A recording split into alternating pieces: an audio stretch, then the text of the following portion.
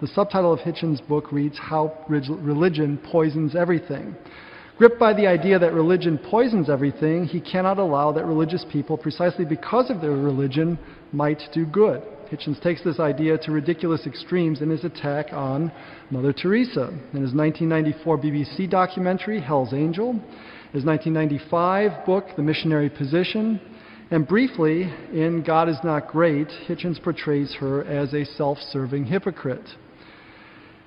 In the audience today is my good friend, Mary Poplin, a professor at Claremont.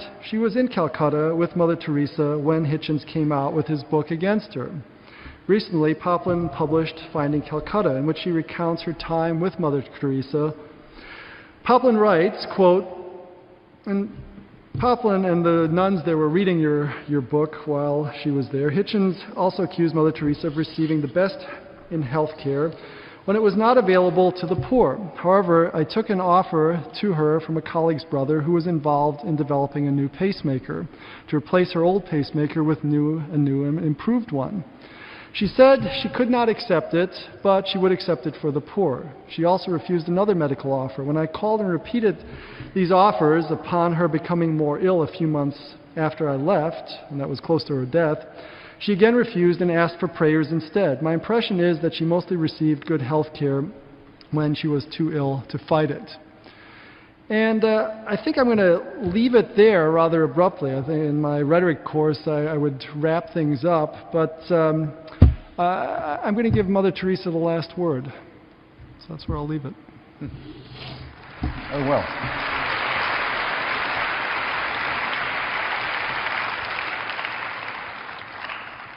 Well, Mother Teresa was a fanatic, a fundamentalist, and a fraud. She was not a friend of the poor, as she claimed to be. She was a friend of poverty.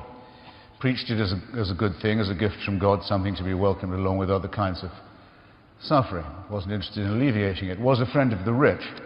Took money from the Duvalier family in Haiti, one of the most obscenely bloated dynastic dictatorships in history. Took money from Charles Keating, the man who robbed Americans blind through the Lincoln Savings and Loan. Stolen money. All to build convents in her own name. More than 200 of them around the world, in order to found an order that bore her name. This is not modesty either, nor is it humility. It doesn't exhaust my critique of her either. We all know there is a cure for poverty. It's a rudimentary one. It does work, though. It works everywhere for the same reason. It's colloquially called the empowerment of women. It's the only thing that does work. If you allow women some control over their cycle of reproduction, so that they're not chained by their husbands or by village custom to annual animal-type pregnancies, early death, disease, and so on. If you will free them from that, give them some basic health of that sort, and if you are generous enough to throw in perhaps a handful of seeds and a bit of credit, the whole floor, culturally, socially, medically, economic, of that village will rise. It works every time. Mother Teresa spent her entire life campaigning against that outcome. She said that contraception was equivalent to abortion morally, and abortion was morally equivalent to murder. She was entirely against the only thing that cures poverty. I would say that her preachments led to an enormous increase in the amount of poverty, ignorance, filth, and disease in the world. And I would further add, without embarrassment, that it's off those things that the Roman Catholic Church has always fed and made its living.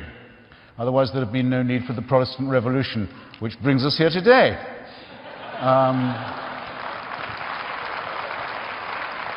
And believe me, I've barely started with that terrible person. Now, as I said before, you can be an atheist in anything you like. You can be an atheist in the Marquis de Sade. You can be an atheist and be a great humanist. I mean, most of the missionary work, work done by Médecins Sans Frontières, for example, by Oxfam, by many other people in the stricken parts of the globe which I've visited, done by people who are not doing it to proselytize for their faith. They're not doing it handing out Bibles surreptitiously. They're not doing it for any such reason. They're doing it for its own sake. That's a beautiful humanism, and I admire it. I even think it has a slight superiority, and there's no hidden agenda to it.